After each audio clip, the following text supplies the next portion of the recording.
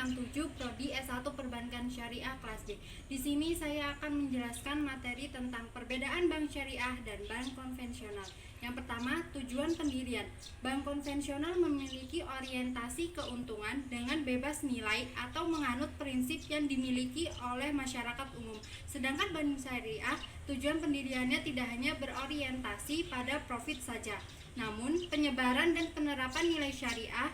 Aktivitas keuangan perbankan dilakukan tidak hanya melihat efek dunia saja, tetapi juga memperhatikan aspek akhirat juga. Yang kedua, prinsip pelaksanaan.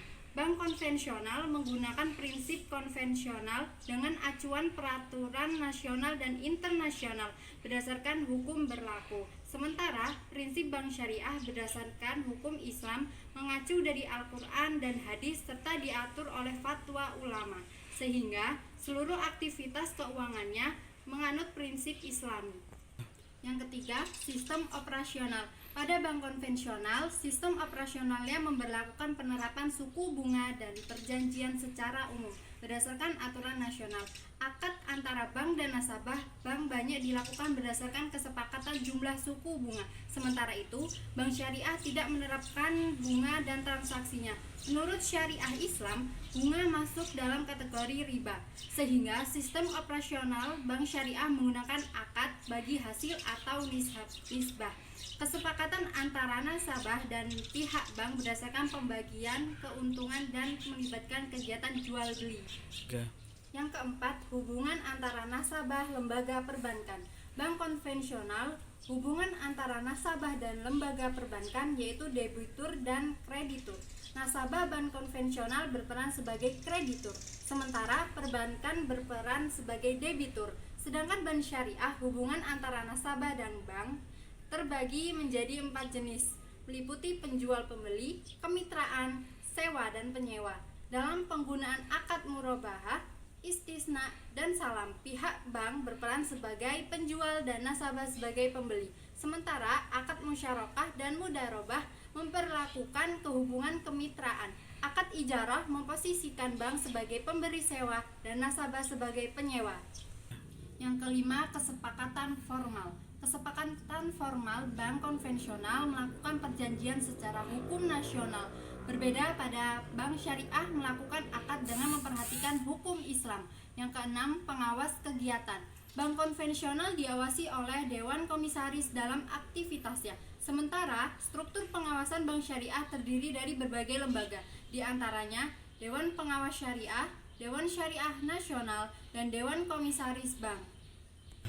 Yang ketujuh, proses pengelolaan dana. Pada bank konvensional, pengelolaan dana dapat dilakukan dalam seluruh lini bisnis menguntungkan di bawah naungan undang-undang. Sementara bank syariah harus mengelola dana nasabah pada lini bisnis yang diizinkan oleh aturan Islam. Akibatnya, uang nasabah tidak boleh diinvestasikan atau dikelola pada bidang usaha bertentangan dengan nilai Islam, seperti perusahaan rokok, narkoba, dan sebagainya. Yang kedelapan, sistem bunga.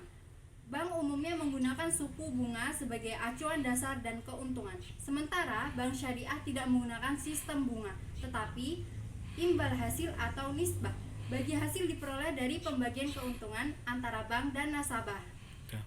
Yang kesembilan, pembagian keuntungan. Bank syariah, keuntungan bank diperoleh dari hasil jual beli, sewa menyewa, dan kemitraan dengan nasabah. Tetapi bank konvensional mendapatkan keuntungan dari suku bunga yang dibebankan pada nasabah. Yang terakhir, yang ke-10, yaitu pengelolaan denda. Dalam bank konvensional terdapat denda yang dibebankan kepada nasabah. Bahkan besaran bunga bisa semakin meningkat bila nasabah tidak membayar hingga batas waktu ditetapkan. Sementara bank syariah tidak memiliki aturan beban denda bagi nasabah saat terlambat atau tidak bisa membayar. Sebagai gantinya, bank akan melakukan perundingan dan kesepakatan bersama. Produk bank syariah. Yang pertama, tabungan syariah. Tabungan syariah adalah tabungan tanpa bunga sesuai syariat Islam. Yang kedua, deposito syariah. Deposito syariah adalah produk perbankan yang masuk dalam kategori produk simpanan berjangka yang dikelola menggunakan sistem syariah, yakni berdasarkan syariat Islam, di mana berprinsip mengutamakan rasa keadilan dan transparansi dalam bertransaksi. Yang ketiga, gadai syariah. Gadai syariah atau ar-rahn merupakan akad perjanjian antara pihak pemberi pinjaman dengan pihak yang meminjam uang. Hal ini dimaksudkan untuk memberikan ketenangan bagi pemilik uang atau jaminan keadaan uang yang dipinjam. Yang keempat, pembiayaan syariah atau pinjaman syariah. Yang kelima, giro syariah.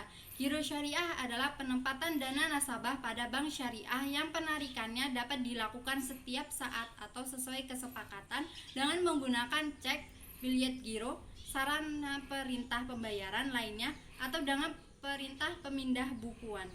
Sekian materi yang dapat saya sampaikan. Apabila ada kesalahan dalam pengucapan saya mohon maaf. Saya akhiri. Wassalamualaikum warahmatullahi wabarakatuh.